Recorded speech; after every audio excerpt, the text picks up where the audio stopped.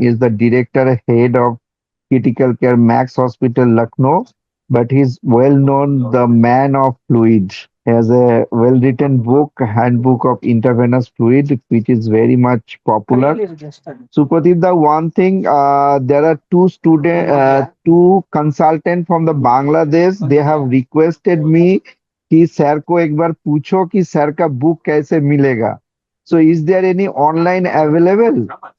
It's available in Amazon. It is available in Amazon. Na? Dr. Amazon, and Tarek. it is all. Yeah, it's also available in Springer site. It's available in Flipkart also. It's available every. Okay, okay. I will send this message to him. Dr. Tariq from Square Hospital, Bangladesh. He has asked today morning itself. Oh, so nice. Thank you, Dadu. Thank you. You can start. Welcome, Good Dr. evening. Supradip Ghosh. Yeah, welcome, sir. Good evening, everyone.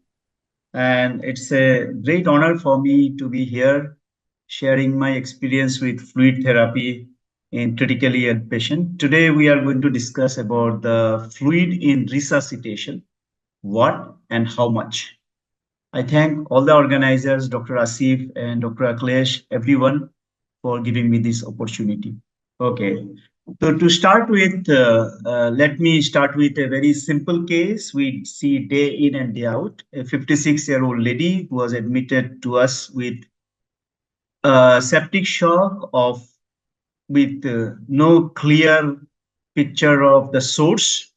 She had evidence of shock in the form of cold extremities, grade 4 mottling, as you can see from this photograph. She was hypotensive, tachycardic, with an ABG showing a lactate of 8.4 and a base axis of -16. So clearly a case of septic shock. Later on, we could find that it was a case of urosepsis. So the question is, as we see every day, the first thing we do while resuscitating a patient is give intravenous fluid. But the question always we ask, which fluid? Shall we give 0.9% saline? Shall we give ringer solution? Shall we give voluben? Shall we give Himaxil? Shall we give 5% albumin? So if the organizer can allow me, can I take a poll? Yes, yes. So anyone you can just, I'll give 30 seconds. Saline, ringer lactate, hydroxyethyl starch, gelatin, or albumin. What's the Lactated ringer solution. yeah lactate ringer solution is the ringer lactate 1, 2, and 5 if not intermediate. Normal saline can be given up to 1 to 1.5 liters. The balanced solution can be given and 5% albumin if not traumatic brain injury. Great. So great. So my job is already done. I can see that. So anyway, still we'll discuss. So if you see what options we have, the options we have is broadly can be classified into crystalloids and colloids. First of all resuscitation fluids have to be either isotonic or hypertonic. They cannot be hypotonic. So we cannot give 5% dextrose or half normal saline for resuscitation because that will be dissipated to each and every space of the body. So out of all these things, we have crystalloids, which are pure electrolyte solutions, or we have colloids, which are high molecular weight substances, which are suspended in a crystalloid solution. Out of the crystalloids, we have 0.9% saline, the age-old normal saline, and we have balanced salt solution. There are some proponents of hypertonic saline like 3% saline and 7.5% saline also. Out of the balance of solution, which are the solutions which have got close resemblance with the plasma in terms of electrolytes, we have in India only Ringer's lactate, plasmalite, and stilofundin. We do not have Ringer's acetate in India.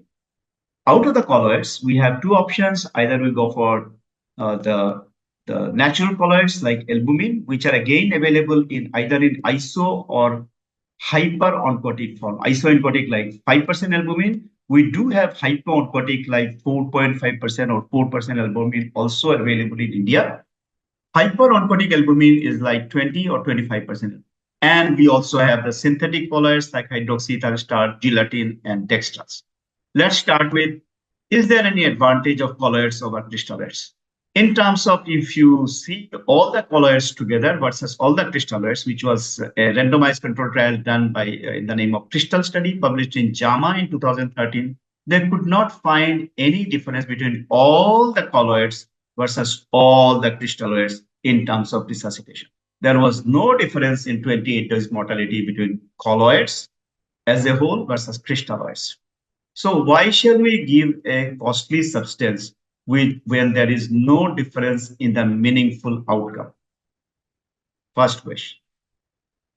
Moreover, the semi-synthetic colloids like hydroxyethyl starch has clearly shown to be detrimental, especially in patients with septic shock. At least there are 3 randomized control trials, BICEP, 6S, and CHEST, which has shown hydroxyethyl starch, especially in patients with septic shock, is clearly associated with increased incidence of acute kidney injury, need for renal replacement therapy. They also have shown to increase the coagulopathy and hepatic dysfunction. Moreover, in a study from Scandinavia, 6S study has shown hydroxyethyl starch is associated with higher incidence of death or dialysis dependent at day 90 compared to Ringer's acetate. So this is where we are in terms of semi-synthetic colloid. What about albumin? Now, there was a study called SAVE study, which was published in NEJM, where 4% albumin was compared with 0.9% saline. That particular study, which was done on 7,000 patients, they could not find any overall difference in outcome between 4% albumin and saline. But in subset of patients with traumatic brain injury, there was an increased incidence of both mortality and worse Glasgow outcome scale, especially in patients with a GCS of 9 or less at the beginning. So overall, though iso and hypooncotic albumin may be as good or as bad as saline, but they should not be used in patients with traumatic brain injury. Some of the participants have already pointed out. There was some advantage of 4% albumin in patients with septic shock, though. But when it comes to hyperoncotic albumin, maybe things are a little different. Hyperoncotic albumin, unlike the 4% or 5% albumin, remains in the blood for a longer period of time, and it has got a volume sparing effect both in volunteers and in septic shock patients. So a small study called SWIPE study published in Intensive Care Medicine in 2018, and there is a recent study published on cardiac surgery patients again in intensive care medicine. In both the study, it has been shown that hyperoncotic albumin, that means 20% or 25% albumin, has got a volume sparing effect. So if you give 200 ml of 5%, 20% albumin, it will be like 400 ml of saline. So this can be of use in certain patients in the optimization phase. But we need more data in terms of patient-centered outcomes like mortality benefit and cost-benefit ratio, which needs to be confirmed. So we also need further research on role of albumin in beyond just maintaining colloid oncotic pressure in terms of preserving endothelial barrier and as antioxidant. So to summarize, my take for colloid resuscitation is we should have a big no for all semi-synthetic colloids. Hydroxyethyl starch is harmful. Also, other semi-synthetic followers have similar adverse effects seen in smaller studies. No clear advantage of hypo or isooncotic albumin over crystalloids. There is definite no of hypooncotic albumin in patients with traumatic brain injury. However, in hyperoncotic albumin, this may be useful in certain patients for reducing the cumulative fluid balance, especially in the optimization phase. We'll be discussing it further when we progress further. But we need to consider the cost of colloids, especially cost of albumin, while deciding to give albumin to such patients. Now we are left with crystalloids. So out of the crystalloids, the biggest thing is 0.9% saline, or shall we give balanced solutions? So if we give saline, because of the high sodium content, the sodium is excreted through the loop of Henle. It goes to the macula densa. Kidney perceives this as a loss of sodium. So they create something like afferent arteriolar vasoconstriction, which is called tubuloglomerular feedback. And this can produce an increase in the renal artery, decrease in the renal artery flow velocity and renal cortical perfusion. This has been confirmed in volunteer data. So 0.9% saline has a propensity to produce decrease in renal artery flow and decrease in the renal cortical perfusion by virtue of its role as on the tubuloglomerular system. Whether this has got an impact on acute kidney injury, so there were two before and after study done by the Australian group led by Dr. Ronaldo Bellomo, and they could find that if you give chloride liberal fluid, it is associated with potential for renal injury, coagulopathy, and acidosis. Moreover, in large observational studies, it has been shown that if you give 0.9% saline compared to mostly ringer lactate in the first 48 hours of septic shock, there is an increased propensity to mortality, and which is directly related to the dose. So more saline you give, more risk of mortality. But is it proven in the randomized control trial? Unfortunately, the answer is not so simple. So we have 6 randomized control trial published in critical care literature, large study, where starting with split study published in 2015. One of the participants was talking about up to 1.5 liters of fluid, we can give 0.9% saline. Probably the data came from split study. In the split study,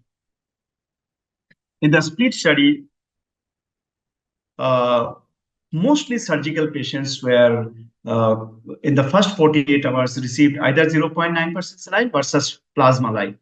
And they received up to 2 liters of fluid, and there was no difference in terms of acute kidney injury. But in SMART and SALT ED trial, there was some difference between the balanced solution, mostly ringer lactate versus 0.9% saline group, favoring ringer lactate compared to 0.9% saline. This again could not be replicated in larger basic study and plus study. What does it mean? So my take home is, I think considering the physiological rationale, experimental evidence, observational trial data, and we should consider balanced solution in most of our clinical situations. Moreover, at least none of the randomized control trial has shown that 0.9% saline is better than ringer lactate. Now, what we have learned from the randomized control trial, these trials were very, very heterogeneous, very, very heterogeneous. They were done in different variety of ICU patients. A majority of these patients, they received around 1.5 or 2 liters of fluid. What we also have noticed that there was no outcome difference when randomization was done in the ICU. But when the randomization was done before the ICU, in the emergency department itself, as for example, the SMART and SALT ED, balanced fluids were better. Fernando Jampieri has done reanalysis of data from the basic study. He also has shown that there was an improved 90-day mortality in the basic subpopulation patients when patients exclusively received balanced solution pre-employment. Meaning thereby, if the patient receive only balanced salt solution without mixing it with 0.9% saline or any other fluid, there is a improve in the 90-day mortality compared to 0.9% saline post randomization.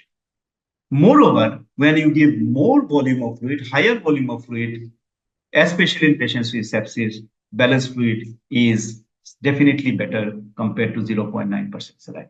So balanced salt solution should be preferred in most of the clinical situations. However, there are some exceptions to this rule.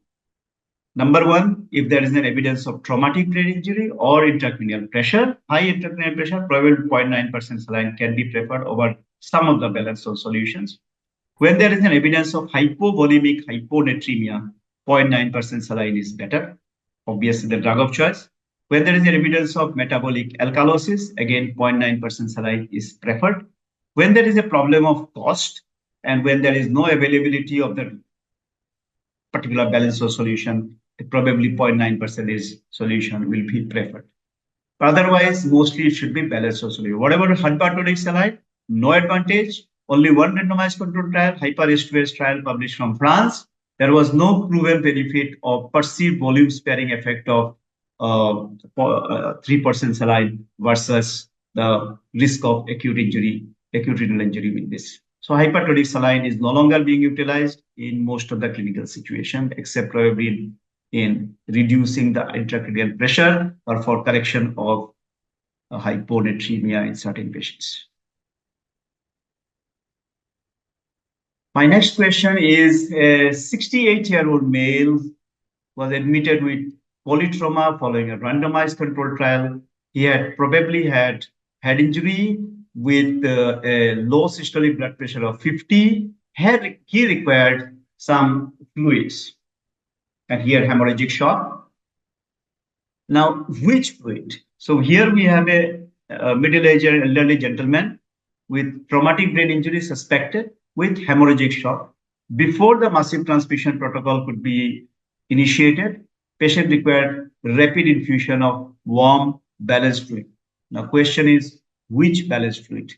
So can I get some answer? We have three options: ringer lactate, stirofundin, and plasmalite. Which fluid would you like to give if you don't want to give 0.9% saline? Any answer? Plasma light, because it is most close to the serum osmolality. Okay, that's a great point. Great. But of course, I don't mind giving some saline also in this patient. Is it okay?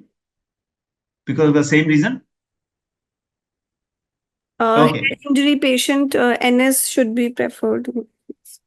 Yeah, saline can be given. The point is, most important point we have rightly pointed out is the osmolality of the patient, osmolality of the particular solution. So let's come to the things. So let's see the composition of the three available balanced salt solution, isotonic balanced salt solution. They differ significantly. We tend to club them together, but they are actually not the same. They are different drugs. In terms of electrolyte composition, we can clearly see that some of them contains calcium, some of them do not contain calcium. Like plasmalite contains no calcium, whereas ringer's lactate and stirofundin contains calcium. And you will often find from the industry that no, if you give calcium containing fluid, it will precipitate the citrate in the blood, so it will be incompatible with blood transfusion. Probably this doesn't have any clinical difference. Another thing different is the magnesium.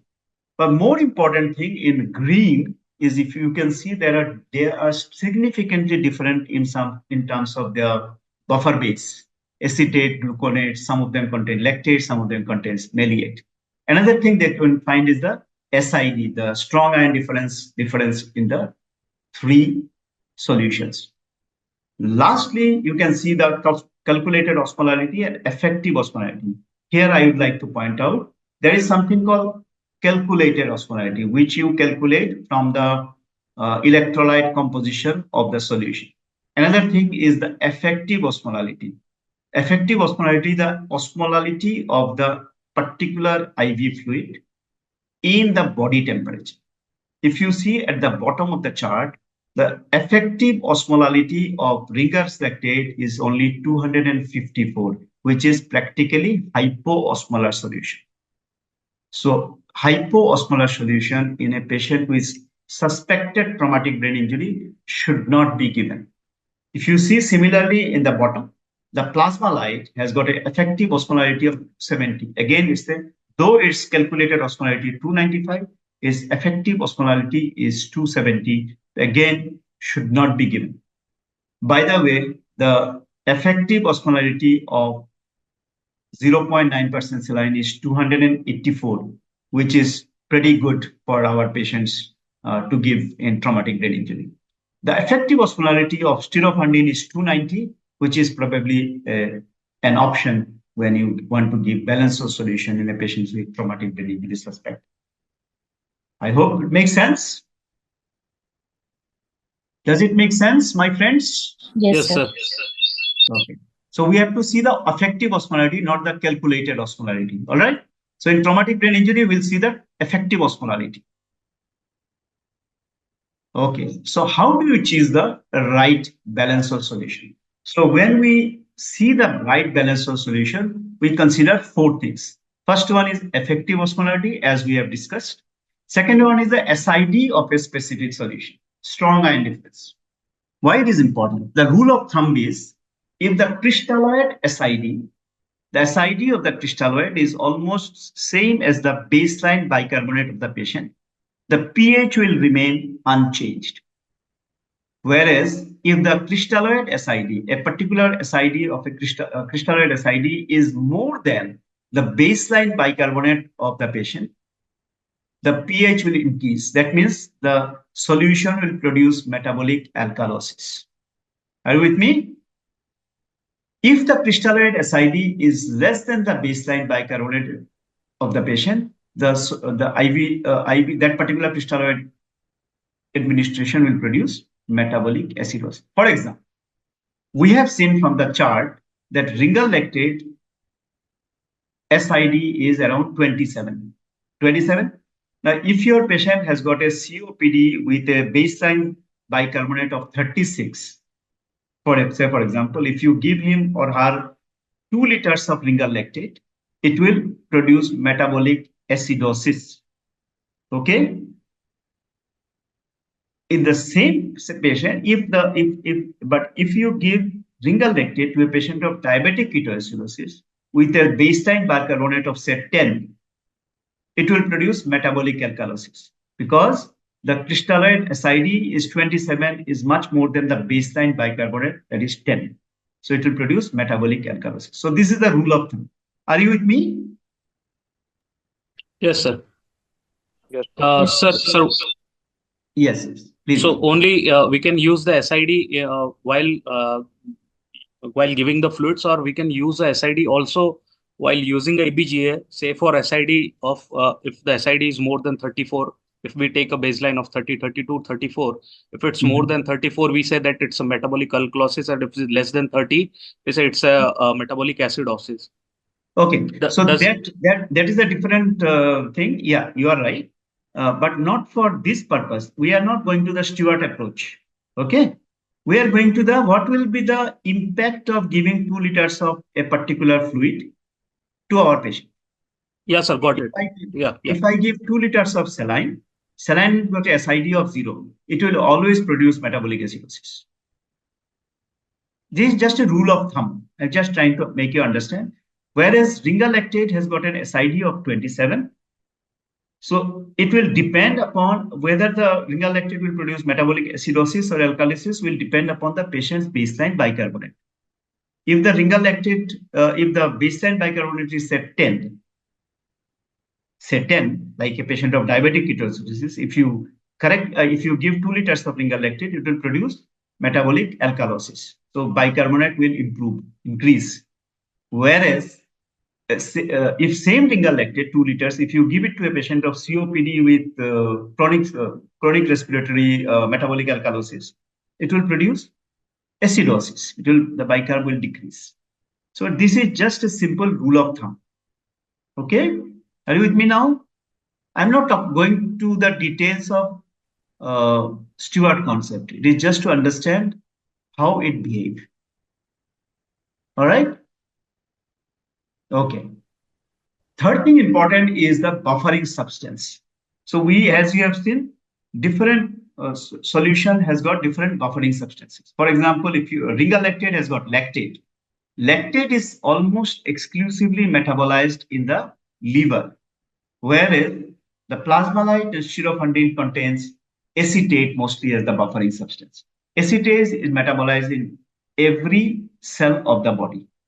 So if the patient has got severe hepatic dysfunction, probably I would like to prefer an acetate containing solution rather than a lactate containing solution.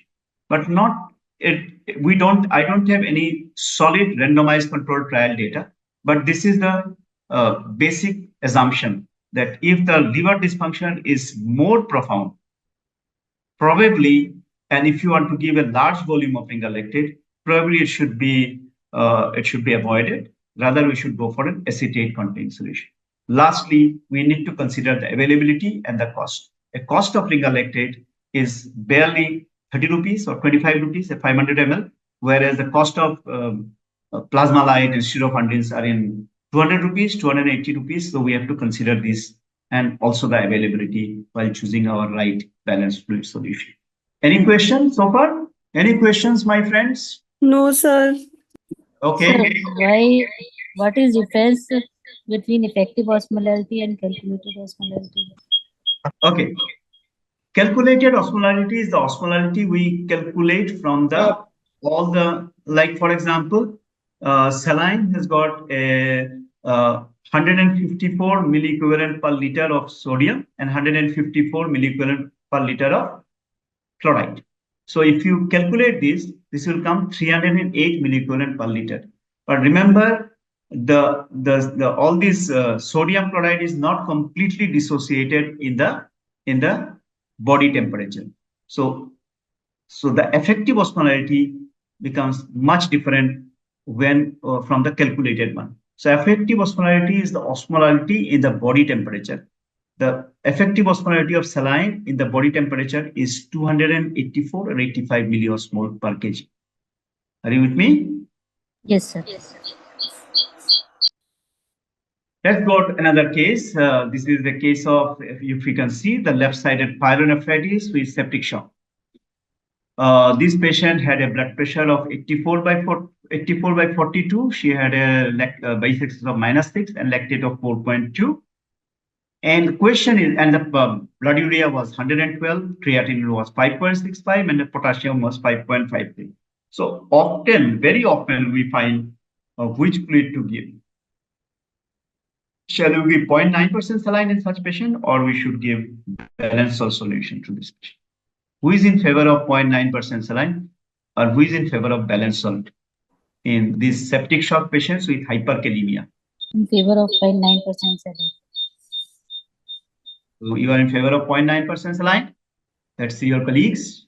Yeah, mostly 0.9% saline. So here I would like to emphasize, this is a big myth.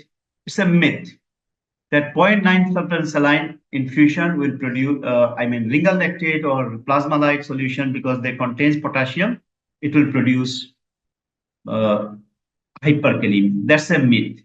Why it is a myth? Because once you give it's a minuscule, only 4 or 5 milliequivalent per liter of ringer lactate, when you give it to a patient, it will be rapidly dissipated to the extracellular fluid. So rapid dilution will not produce much impact on the potassium. Moreover, as we have seen, majority of the balanced crystalloids, they have a high SID.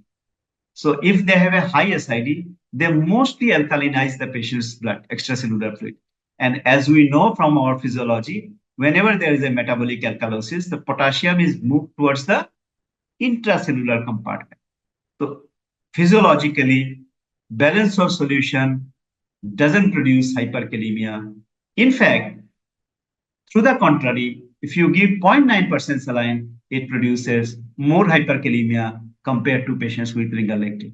As we can see from these 3 randomized control trial, in patients with renal transplant, post-renal transplant patient, if they are given 0.9% saline versus ringer's lactate, In all the three cases, the incidence of hyperkalemia was more in 0.9% saline. Why? Because 0.9% saline produces metabolic acidosis. When there is a metabolic acidosis, the intracellular potassium moves towards the extracellular compartment. So I hope I could convince you. I hope next time you can confidently say that I'll use ringal lactate, not 0.9% saline. All right? Yes, sir. Any question? No. So we have enough data. So again, we have a case. This is a patient of right-sided pneumonia with septic shock and with a blood pressure of 84/46, a capillary refill time of 6 seconds, ABG showing a pH of 7.15, PCO2 of 62 by base excess of -16, and lactate of 4.8 millimole per liter. How much fluid? So do you want to give fluid to this patient? Yes, of course. The question is how much fluid? This is the second part of my presentation. What should be the most appropriate resuscitation measure for this patient? Shall we give 2 liters of ringal lactate over the next 3 hours? Shall we give 250 ml of ringal lactate and look for the patient's response? Shall we give fluid bolus only if the patient is fluid responsive? Shall we start norepinephrine to this patient? Or shall we give both 2 and 4? Anybody? A 250 ml of Ringer's lactate and look for the response. Great. Any other option? Sir, we can give fluids and hand in hand, we can start with the norepinephrine if there is no response. If there is no response. Okay. All right. Any other? Anybody in favor of 2 liters? Yeah. We should give. Salvavent sepsis campaign suggests So we 30 should ml per kg. individualize the therapy. That is important. So we should give bolus, and then maybe we need to be looking for the dynamic measures of fluid responsiveness, and we should further resuscitate only if responsiveness is present. Great. Great. Makes sense. But at this juncture, would you like to check for the fluid responsiveness? Patient has got a lactate of 4.8. He is desperately sick. Patient has got a base excess of -16, lactate of 4.8 with a blood pressure of 84/46. Would you like to look for fluid responsiveness, then give fluid? No, we'll directly give fluid at the Okay. rate of 30 ml per kg Okay. body weight. Okay, great. We all agree. So when we dose, the first thing we must remember is do not do any harm. Do not do any harm. Fluids are drugs, and fluids can be poisons if we give it excessively. We all know about it. So when we decide giving fluid, when we decide about the dose, we need to consider what is the metabolic response to shock. That means in which stage of resuscitation our patient is.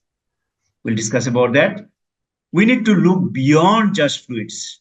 We need to consider that when we resuscitate a patient, there are 4 things we play around with: fluids, vasopressors, inotropes, and in some patients, even blood and blood products.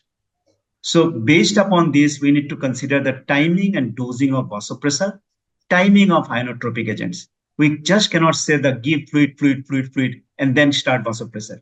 We need to consider other things also. Maybe possible that this patient may not be benefited by fluids. They may require something else. And finally, we need to understand that we need to discontinue the fluids and need to decide what is the resuscitation target. So coming to the stages, we all are aware about these 4 stages. First one is the salvage or rescue phase, where in the first few hours of shock, the patient is desperately sick, like our patients. He has got diastolic blood pressure of only 46. So this is desperation. These fluids are life-saving. We do not do any sophisticated test. We just look for the basic monitoring, the heart rate and blood pressure and lactate. We give fluid and we target a positive fluid balance. After the desperation is over, patients had achieved some amount of cardiac output, then we go for the optimization phase. This is in the first 48 hours, probably after the salvage phase is over. In the optimization phase is the place where we optimize the perfusion. We make a balance between the benefit and loss from fluids. Here also we achieve a positive fluid balance. In the next maybe 3 or 4 days, we go for something called stabilization phase, where our patients are no longer requiring any resuscitation, but we need to maintain a euvolemia, give the patient enteral nutrition or maybe some amount of maintenance fluid. And in the final phase, what we call the de-escalation or the evacuation phase, we remove the fluid if it is required. And maybe in some patients, we go for the negative fluid balance. So if our patient is in the salvage phase, like this lady, this patient of us, he was in the salvage phase. Now, how do we resuscitate? Now, our the age-old surviving sepsis campaign guideline has suggested us that go for a 30 ml per kg body weight over 3 hours. But this is probably not very evidence-based.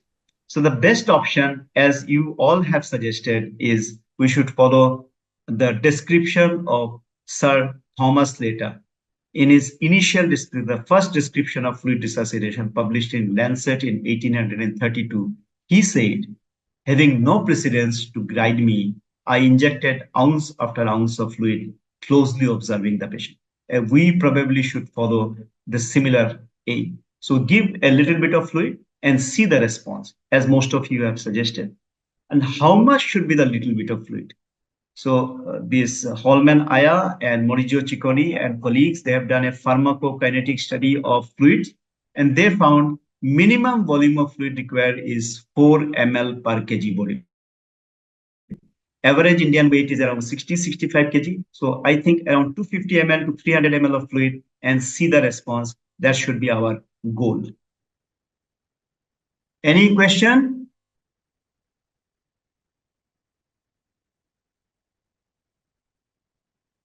Any question, my friends? But as per surviving sepsis guideline, we have to give 30 ml per kg body weight if patient is not a cardiac patient. Ejection patient. Okay. Okay. The problem is, it is not individualizing thing. The fluid requirement of a patient with pneumonia, like our patient, may not be the same, and who is hypoxic, may not be the same as a patient of GI sepsis, for example. For example, a patient with secondary peritonitis with septic shock. It will not be the same. How can we give 30 ml per kg body weight for every patient? So our aim is to do no harm to the patient. So the best option, and this particular guideline, 30 ml per kg body weight, not based on any evidence. It was a best practice or some expert opinion. So why not we give a small amount of fluid and see the response to the fluid? So individualize. The time is to go for individualization. Coming to the, what about optimization phase? When it comes to the optimization phase, we need to ask ourselves 3 questions. First question is, after the initial resuscitation, is my patient is still hypoperfused? If the patient is not hypoperfused, patient's lactates are going down, patient's CRT is improved, patient is more conscious, started passing some urine, why shall I give fluid? So if the answer to the first question is patient is still hypoperfused, the answer is yes, then at this juncture, we should look for fluid responsiveness. So fluid responsiveness are tests or maneuver by which we make an idea that if we give fluid, whether the patient's cardiac output will increase by at least 15%. So if the patient is not fluid responsive, there is no point giving fluid. And as we have seen from multiple studies, that 50% of the patients, if you give fluid, they do not increase cardiac output. They just contribute to the cumulative fluid balance. Okay, so this is the reference from Paul Marick, published in Critical Care Medicine in 2009. Only 50% of the patients in the optimization phase after the initial fluid bolus is fluid responsive. So if you give fluid to the remaining 50%, it only contributes to the cumulative fluid balance. And we also have seen from the data of Andromeda shock study that this fluid responsiveness decreases over a period of time very, very significantly. So check for the fluid responsiveness before giving any fluid bolus to our patients after the initial salvage phase or the rescue phase. We also should ask ourselves the third question. Even if the patient is fluid responsive, is the patient fluid tolerant? Whether the patient will be able to handle the fluid, whether the risk of further fluid congestion outweighs the potential benefit from the patients. So look for the fluid tolerance parameters like right and left sided pressure and right and left sided venous congestion. So we have many things to look for this. Recently, in 2024, we have seen a published study in critical care, and it has shown that whether the patient is fluid responsive or fluid unresponsive, risk of fluid intolerance is almost same in both the cases. So we need to look for both fluid tolerance and fluid responsiveness before giving fluids to such patients. So I suggest this 4 profiling. In the optimization phase, patient is still hypoperfused. Look for profile 1. If the patient is both fluid responsive and fluid tolerant, give fluid boluses. Look for the profile 2. If the patient is no longer fluid responsive, but still fluid tolerant, probably will go for conservative fluid management. Means only go for maintenance fluid. Again, no more fluid. If the patient is both fluid unresponsive and fluid intolerant, look for goal-directed fluid removal. If the patient is in the profile 4, where patient is fluid responsive but no longer fluid tolerant, do not give fluid. Start the vasopressor and escalate the vasopressor further, looking for the patient's perfusion. Are you with me? So I suggest and I propose these 4 types of things. Profile 1, fluid FR positive, F2 positive, go for fluid bolus. Profile 2, FR negative, FT positive, go for only maintenance fluid if at all. Profile 3, FR negative, FT negative, goal-directed fluid removal, rather remove fluid. Profile 4, FR positive, FT negative, increase the vasopressor dose, increase the norepinephrine dose, do not give fluid bolus. So this is what I suggest. So any question at this juncture? Sir, we know that how to assess the fluid responsiveness, plus, but at the same time, how to assess this fluid tolerance. Okay. So the simple way of fluid tolerance is look for the clinical things. For example, I have a patient of ARDS struggling to maintain her or his oxygenation with say 60% venturi mask or say 80% HFNC support. HFNC 60-liter flow, 80% FiO2, struggling to maintain a saturation of 90% stay. So in this patient, the risk of fluid, a little bit of pulmonary edema outweighs any expected benefit from fluid. So this is a simple parameter. So just go for the clinical thing. If my patient is very hypoxic, probably I should not give fluid further. Okay? Or we have more sophisticated measures. For example, we can go for the right and left sided filling pressures, like look for the CVP, a rising CVP. CVP is going very, very high, maybe going by 12. Previous CVP was say 8. Probably we should not give fluid. Similarly, if the PCWP, the pulmonary capillary wedge pressure is going very high, I'm not suggesting to give fluid based on the CVP and PCWP, my dear friends. I'm just suggesting do not give fluid based on a high CVP and PCWP. It's the other way around. So high CVP and PCWP means that right-sided and left-sided filling pressures are extremely elevated. So you should be very cautious, especially if the patient has got evidence of other things like pulmonary venous congestion in the form of B lines, in the form of extravascular lung water index, in the form of clear-cut X-ray pictures of pulmonary edema, or right-sided filling defects like we have something like venous access ultrasound, where we can see that whether the systemic veins are congested or not, the portal vein, the renal vein, and the hepatic veins. So this is how we go for the fluid tolerance. Are you with me? Yes, sir. All right. Regarding vasopressors, we need to combine fluid and vasopressors both. We all know that if we give vasopressors early, it can reverse the life-threatening hypotension, it can reduce the duration of hypotension, it can potentially decrease the cumulative fluid balance, it can also produce earlier reversal of shock. Moreover, early vasopressor itself, especially in patients with vasodilatory shock, produces cardiac output. How? I often ask this question to my in the exams. So please listen to me. Vasopressor, especially norepinephrine, they are venopressors. So in patients with vasodilatory shock, if you produce venoconstriction with norepinephrine, that itself can increase the mean systemic filling pressure and stress volume and venous return and cardiac output. Moreover, if you, in a patient with very low diastolic blood pressure, if you give vasopressor, it will improve the diastolic blood pressure, improving the coronary perfusion, thus improving the cardiac output. Thirdly, there is a little bit effect of norepinephrine on the beta 1 receptor. So even this can improve the cardiac output as such. Okay. So vasopressors itself, especially in patients with venodilatory shock, can produce cardiac output increase. So when shall we give vasopressors? So in patients with very low diastolic blood pressure, start vasopressor immediately, along with fluid transfusion. For example, this patient of ours had a diastolic blood pressure of 46. So start vasopressor along with fluid.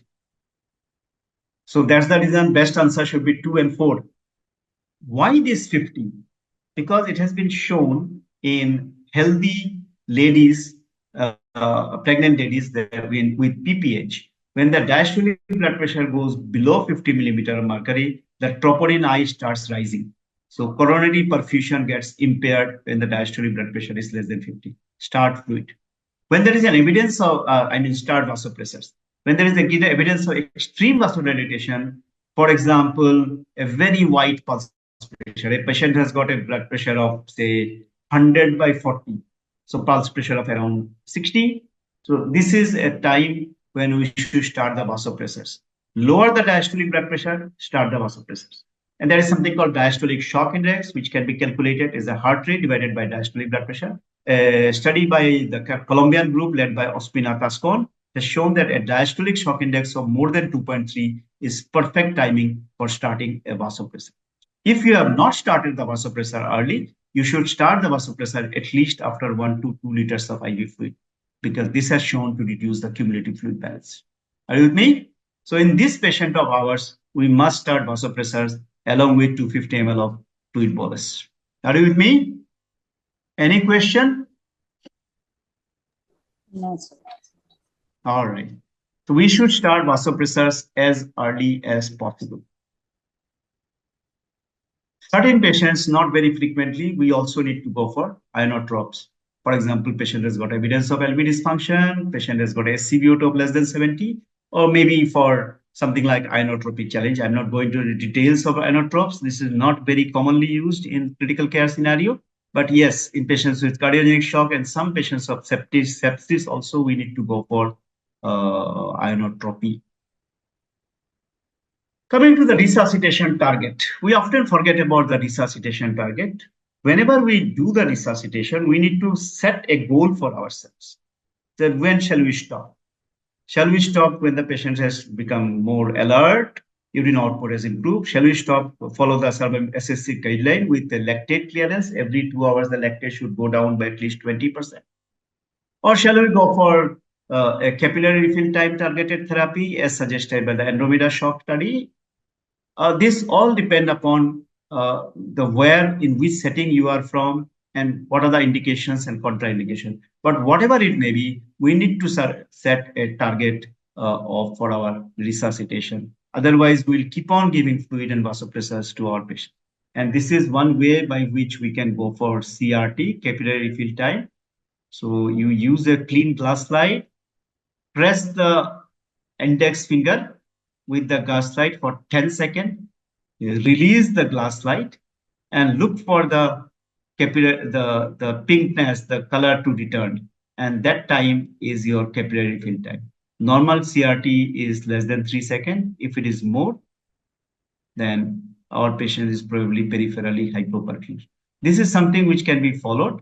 And by following these CRT, it has been shown that it can actually reduce the total cumulative fluid volume compared to a lactate guided resuscitation.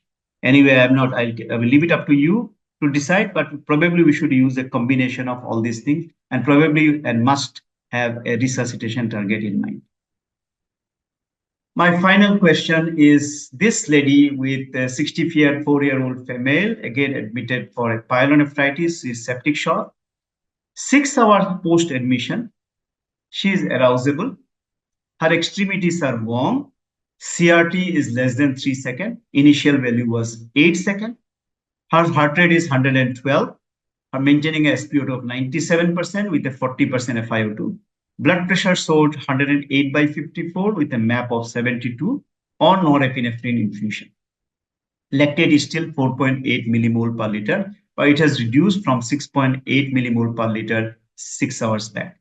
She has passed 50 ml of urine since admission. She has already received 2 liters of ringer lactate and 100 ml of 20% albumin. My question is, what is the next best step for resuscitating this patient? Shall we give further fluid bolus if the patient is still fluid responsive till the lactate is normalized?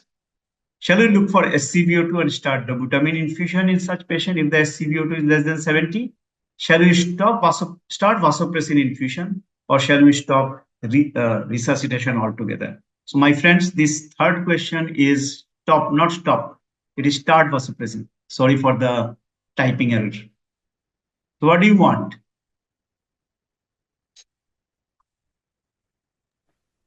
Start vasopressin infusion. Start vasopressin. So let's go back to the question. Let's go back to the clinical scenario. Do you think this patient is still requiring any resuscitation?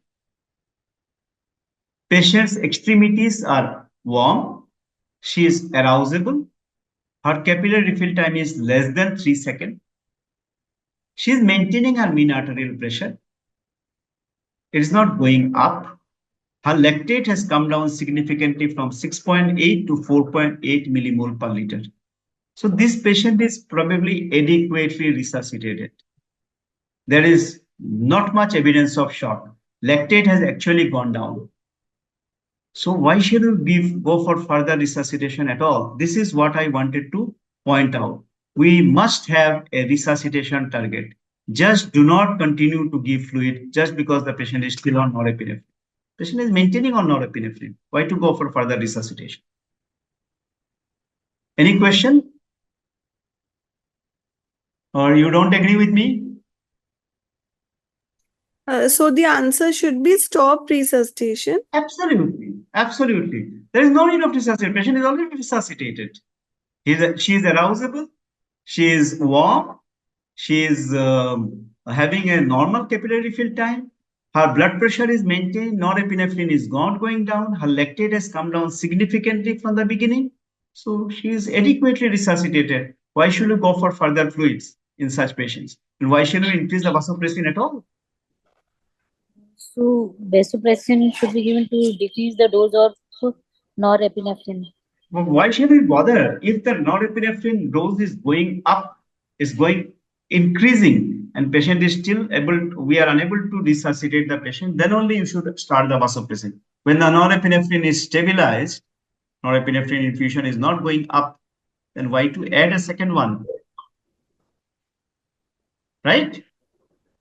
Why not dobutamine if SVO2 is less than 7? Again, the patient is completely resuscitated. Why shall we give dobutamine? To improve the inotropy, to improve the cardiac output. But here in this scenario, why do we want to increase the cardiac output? To improve the tissue perfusion. The patient is already tissue perfused. The extremities are warm. The patient is arousable. CRT is less than 3 seconds. The tissue is perfused. So why should we unnecessarily give a dobutamine and increase the heart rate and decrease the blood pressure? Keep a target.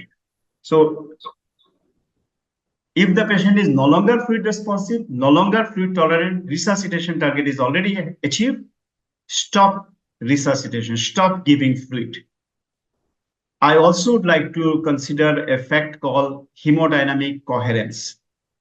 Remember, we resuscitate we actually want to resuscitate the microcirculation. But unfortunately, we do not have any way to maintain the circulatory things. So we depend on the macro circulation. So we improve the heart rate, we improve the blood pressure, we improve the cardiac output with an aim to improve the microcirculation.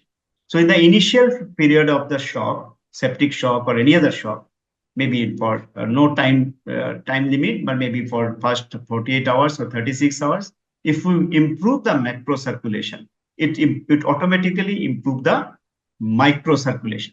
So this is called the hemodynamic coherence. Beyond that certain point, there is no exact time frame, but beyond that certain point, further improvement in the macro circulation do not improve the micro circulation. Patient will never improve. So this is what we call the refractory shock. There is no clear-cut definition, this much of norepinephrine, then we call it refractory shock. When the hemodynamic coherence is lost, further improvement in the macro circulation is not improving the micro circulation. This is probably the time when there is no point going for further intravenous fluid. It can only produce harm to this patient. So remember this hemodynamic coherence and hemodynamic incoherence. My final take, my friends. So primum non nocere, everything is poison. It is the dose that matters. So when we are in the salvage phase, start with a small bolus of 4 ml per kg body weight of preferably balanced salt solution. And if the diastolic blood pressure is less than 50 or DSI is more than 2.3, start the vasopressin, norepinephrine as early as possible, immediately. Whereas in the optimization phase, after the initial cardiac output little bit stabilized or the blood pressure is diastolic blood pressure reach more than 50, always look for fluid responsiveness and fluid tolerance before giving further fluid. Here at this stage, if you want to give fluid and your ringer lactate has gone significantly beyond 2 liters or 3 liters, maybe in such patients you can think about giving boluses of 20 to 25% albumin with an aim to overall reduce the cumulative fluid value.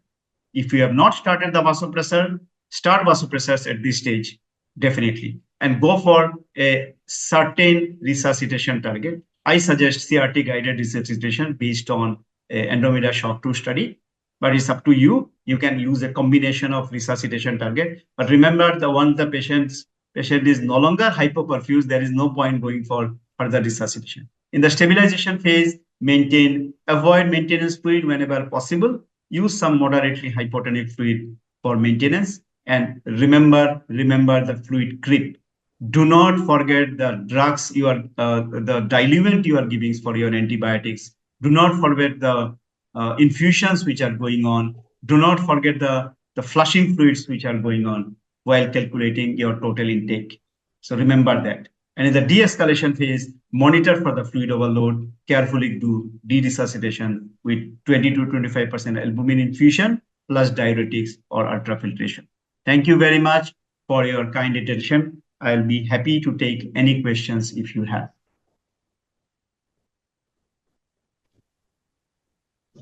Sir, good evening, sir. It's mentioned there in the last slide of the last question, normalization of the lactate, SCVO2, as well as it's mentioned about the capillary refilling time. So why not we should try to normalize the lactate, and when SCO2 is low, why not we should think of inotropes, sir? Okay, so that's a very good question. So this is where the lactate kinetics come into picture. We need to remember the increase in lactate could be because of two reasons. One is type A lactic acidosis, which is related to the hypoperfusion, and it could also be related to the type B lactic acidosis, which is not related to the hypoperfusion. It may be related to some mitochondrial metabolism.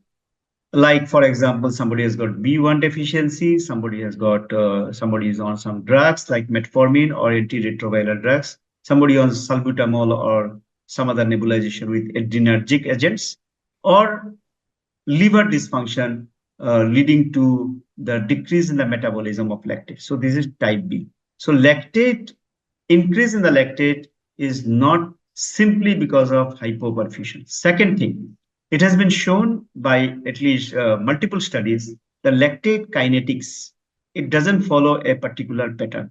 Yes, as we resuscitate our patients of septic shock, lactate goes down. But in almost 50% of the patients, lactate does not normalize to completely normal level even at 12 hours or even at 24 hours of resuscitation. So lactate kinetics doesn't follow a particular pattern. Lactate metabolism is quite slow in many patients. So when we target for the normalization of the lactate, we actually end up giving over resuscitating our patients with fluids and as you have suggested with dobutamine.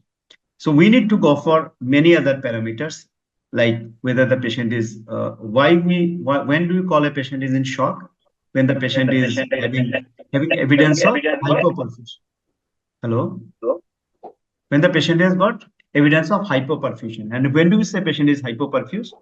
When the patient is in altered sensory, meaning thereby the brain is hypoperfused. When the urine output is low, meaning thereby the kidney is hypoperfused. When the capillary refill time is elevated, or the patient has got cold extremities, or the patient has got, something called mottling. As I have shown in the first slide, the mottling, then we call that the skin is hypoperfused. So this is one thing. When the patient is arousable, brain is perfused. When the extremities are warm, skin is good perfused. CRT is less than 3 seconds.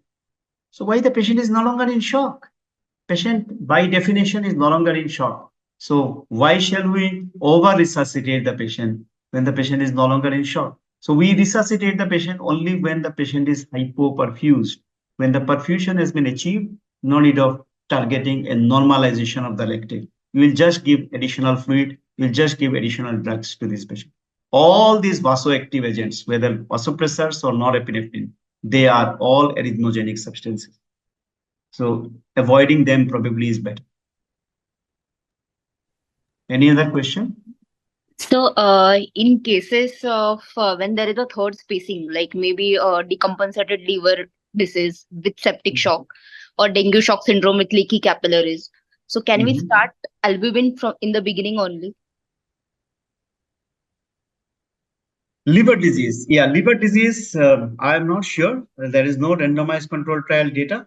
But yes, liver disease probably is something which, at least in patients with the setting of spontaneous bacterial peritonitis, albumin is recommended, but you have to give not 5% albumin. In that case, 20 to 25%. Coming to the dengue shock syndrome, it's a very different type of septic shock. It's a very different type of septic shock with extremely leaky capillaries. The problem is if you give albumin or if you give FFPs or maybe platelets, the because of the leaky capillaries, all these hyper-oncotic substances like albumin, they will be immediately leaked towards the interstitial compartment, and it will draw further water to the interstitial compartment. So I am not sure, though I don't have any randomized control trial data, but probably not a great idea to give colloid boluses in patients with dengue shock syndrome. I've seen people giving it. But the problem is we probably will do more harm to these patients by causing more interstitial edema. Albumin, give albumin. Albumin is leaked towards the interstitial compartment. It will draw further water from the intravascular compartment to the interstitial compartment. It will cause interstitial edema and probably will do more harm than benefit. So probably in dengue shock syndrome, rely more. This fits into the typical fluid responsive, FR positive, but FT negative. FT negative. Patient is fluid responsive, but patient is not fluid tolerant. In such patients, probably we should rely more on the vasopressors than on the fluids only, and especially not albumin. Thank you, sir. Sir, one last question, sir. As you just described, sir, when in these patients who are having very high leaking capillaries, and even though the larger molecules like albumin, which is having higher molecular weight, sir, they also leak and seep into the interstitium, and they can further drag the water and lead to the peripheral edemas of the limbs. in the limbs and scrotum and Not abdominal only wall peripheral also. edemas, even And edema of circa. every organ system, Yeah, yeah. So, sir, including brain. sir, exactly. So, in these patients, should we avoid fluids or we can use fluids, or we should, what is your take on, sir, on these patients, sir? So this Because is what recently we had one patient, because on daily basis, like some primary team is giving albumin, and we can find a significant edema on all of the organs what we are seeing, and we have suspected that he is having that micro capillary leak and the seepage of albumin from. yeah. So just concentrate on this slide. This is what I suggest. If the patient fits into profile 1, patient is both fluid responsive and fluid tolerant, give fluid. But this typical patients, what you are describing, comes into the profile 4. You will very often find the patient is ventilated. And if you go for pulse pressure variation is well above 11% in patients of dengue shock syndrome. And maybe if you go for IVC distensibility is well above maybe 18% or even 34%. So fluid responsive. But these patients are deteriorating. You will find that their intra-abdominal pressure is going up, their hypoxia is worsening, so they are fluid intolerant.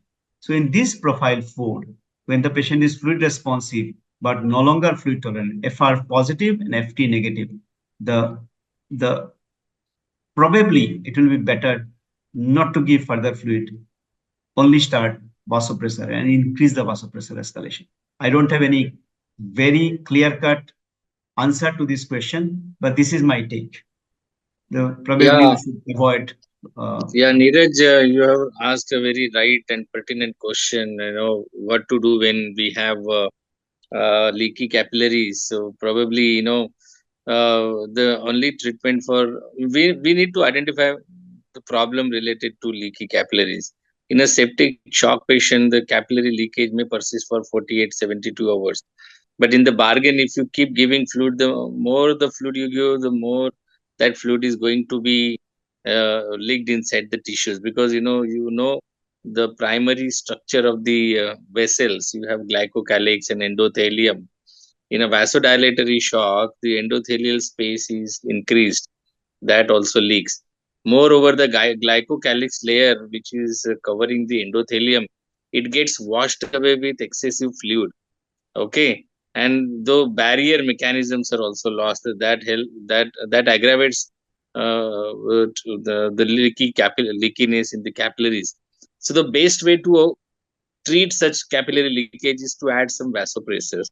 If you add vasopressor, the capillary junction, the gap between the endothelial spaces will also reduce, and your fluid requirement will also be reduced. Until the septic shock phase, goes away, just judicious doses of vasopressor and being conservative with the fluid will definitely help you. But it doesn't mean that you don't give fluid. Okay, whatever is required with the help of the vasopressor support like NORAD or vasopressin, you can continue fluid and you can reduce capillary leakage. This is just a thought process, but there are studies which have shown that if excessive fluid resuscitation, high volume fluid resuscitation is associated with more damage compared to the conservative fluid, and addition of vasopressor early rather than late will help us to prevent capillary leakiness and third spacing and all that. Dr. Supradeep, Dr. Ghosh, you have any different Yeah, thought I process on this? agree. I agree. So when there is an extreme vasodilatory shock, like any of the these endotheliopathies, like dengue shock syndrome, probably we should avoid hyperoncotic solution for fluid resuscitation. Number one, as we have just discussed, that if you give hyperoncotic solution, it will only increase the interstitial edema further. So they will all leak out. Vasopressor should be started early. But in patients with other septic shock, maybe in the optimization phase, you can consider giving 25% albumin, but we need to consider the fact that the cost of hyperoncotic albumin, whether it exceeds the benefit or not. So that's the thing. And vasopressor should be started early. Very, Yeah, very early. so it's like a double-edged sword. These The fluids are very dangerous, albumin, very, very dangerous. albumin, even that for that matter, compared to hydroxyethyl starch, is quite harmful. It's So very, when to use albumin also is important, and albumin probably can be helpful when the septic shock phase is probably recovering, and then the vasodilatation is that phase has gone away, and you want Mhm. to drag more fluid from interstitium into the intravascular compartment. Probably in that phase of shock, recovering shock, these colloids like albumin will be more beneficial rather than in early shock where there is significant capillary leakage that will do more harm. So the role of these colloids will be beneficial in the recovering phase of a shock where the patient has become positive by almost 4 or 5 liters or whatever, and you want to remove that fluid from interstitium into intravascular compartment. Probably there lies the role of these albumin or colloids, not in the early phase, probably. Yeah, so my take home about the albumin is So, based on the randomized data is can hypo-oncotic I just albumin, speak? no role. There is no role of Can I speak, hypo-oncotic Dr. Ghosh? albumin. Yes. Dr. Gunadhar here. Hi, Very nice hi, talk. Gunnar, how are you? Hi, sir. How are the Uh, things? All good?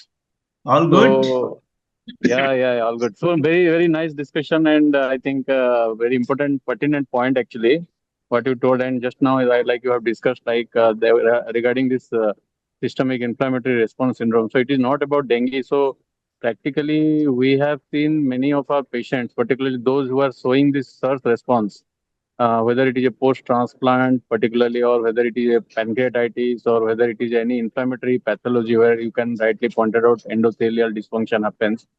So Mhm. there is definitely a early role of vasopressors to decrease this capillary leaky syndrome. So here actually one has to be very meticulous, and every time I think here is the real role of intensivist where bedside management is very important. Like every hourly or every 2 hourly or every 6 hourly you have to do an assessment of the patients rather than giving a very too much of fluid. So we have Yes. many of the patients like we have given fluid, not giving fluid sometimes in spite of contraindication for the vasopressors, like in a cardiac patient also we have started low dose of vasopressins to just to minimize this leaky syndromes, and this patient they get stabilized after sometimes 5 to 7 days, particularly if the inflammatory response is very severe. They may take sometimes 7 to 10 days also. So till that time you have to just manage them with your tricks and your intuitions rather than loaded them with colloids and other fluids actually. A very valid point.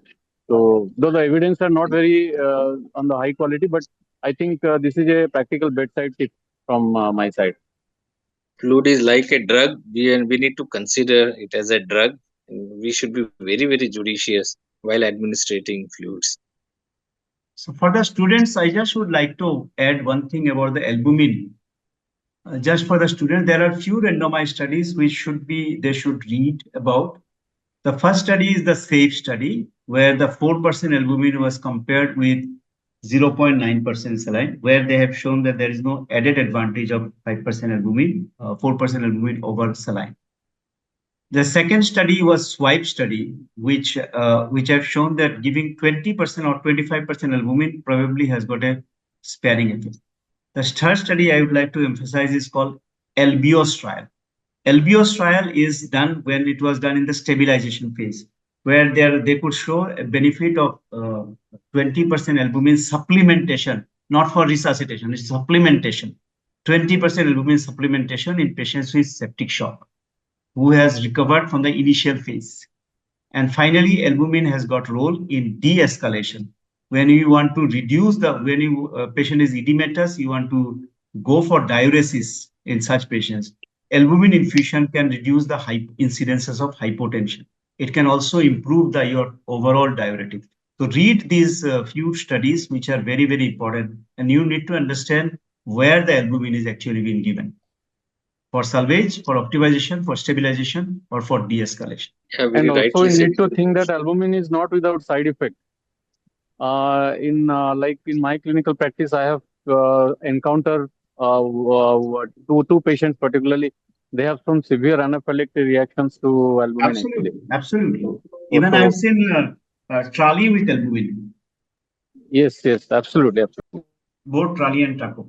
Okay, I think there was a great discussion and Thank you so much. very, very nice presentation, Dr. Ghosh, very elaborative, and Thank you you. actually gave us a lot of insight about this subject. Even the strong and Absolutely. defense you have tried to incorporate, and these students were also, I think the clinicians were also interactive. So such Yeah. discussions encourage us for more and more such presentation, and hope to see you again, Dr. Ghosh. It was really Yeah, nice yeah. having you with I us. am so relieved after coming back to my country. I'm a Deshi boy. Yeah, I'm yeah. from the country. We are I actually was happy that missing you this. came back from Scotland, huh? Yeah, To yeah, enlighten yeah, our students. Yeah, yeah, that's a great move actually. yeah, And I think all your lectures are fantastic. In fact, the ABG lecture you took for all the students and this fluid also. Hopefully, I think this should be revised and this should be like repeated in the discussions to keep all these things in the mind of the yeah. students. Then only it will be helpful for all the new joining. So Thank you very much. Absolutely. Absolutely. yeah, Thank you, yeah, yeah. Supratinda. Thank you, Achilles. Thank you, Gunodar. Thank you, Dr. Asif. Thank you. Good night. Thank you so much. Thank you, Hope Thank to you. everyone. see you again, Dr. Ghosh.